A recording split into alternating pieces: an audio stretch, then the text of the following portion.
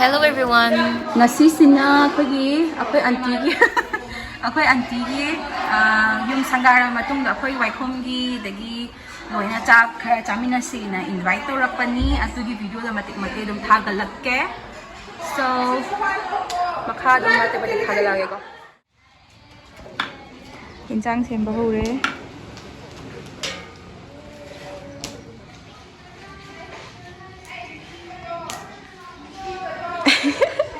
loi cha la la to auntie hoi gi je nahan date 3 da sangagrabane ba ko aduga mo akhoi gi Waikhom gi oiba ma cha kauni manung gisina sele yam cha khai da to chan ba kano tau da ba gi ko ahenchan hi ma hi ka to ro ki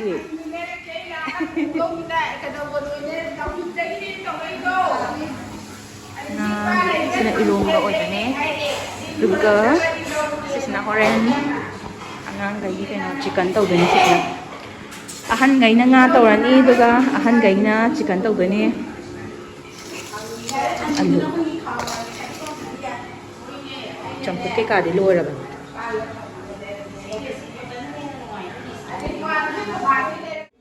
sisna mathak ne mathak kisse yam loi chakhari loi chari da sise chari sise do adum moi semkat lakhini haye adum sisina mathaki obo oidoni sise asi am chawe moi se yam chawe to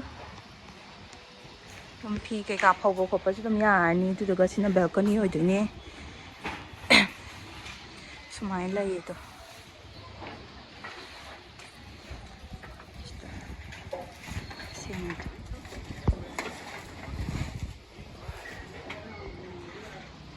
laibam gidi yamna kome da sise if kai gumba haidi amuka nau na mu hapka tar ga sidum stair ma dum sise khara kan tawre ko thara thamme hayang wai dum ma thon thon sa ga ya na ba adani sta leire na mathang ola dum ma gi sisna hamung set ho dine si lo sanali taw din chakhare tai ji khoi lak da lotion be ma ge pula inam dem youtube video ha kaino tharakane habne khoi indrik to ding ding hi yes hi da ahan gai loi chare sida da ria ma bobe manang chahau ma khammo to mà bếm lấy đi, mình đi đây đi, không mà lấy đi.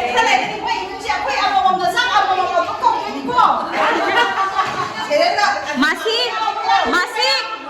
hai. Ini apa? Anti santai lah, hai. Siapa? Hi taro. Hi hayo. Smile na hi hayo. Hi hayo. Hi.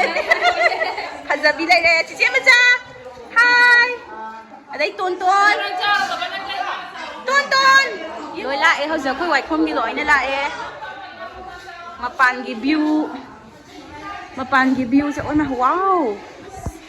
Henjang jeng kasi bai loi thong nge henjang se se chak lai re henjang jong khang jaw ji da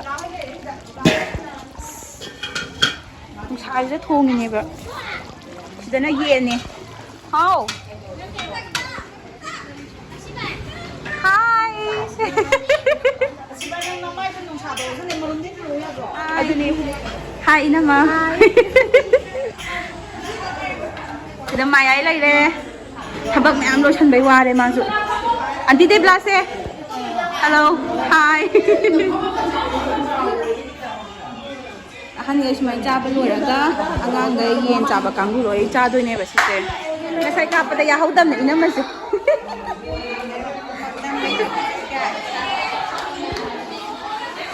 mai kai no si spoiler na ba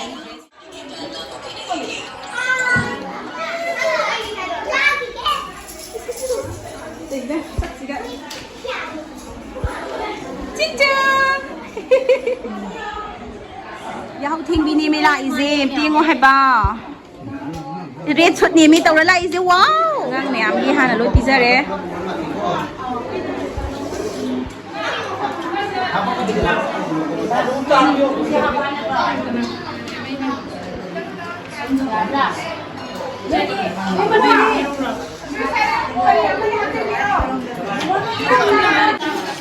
Sina ako'y hanggang jani.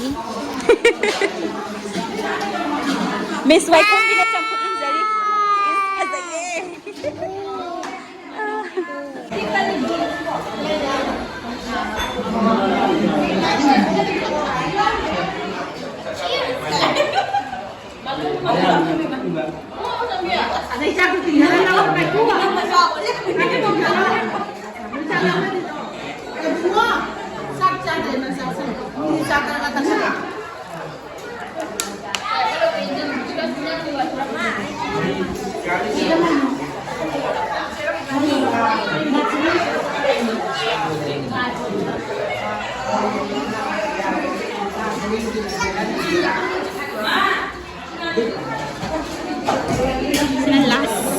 Last.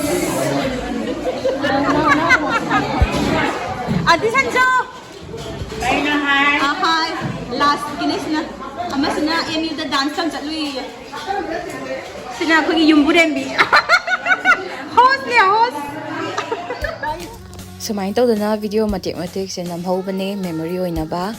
Ato, thank you for watching and stay tuned for more videos.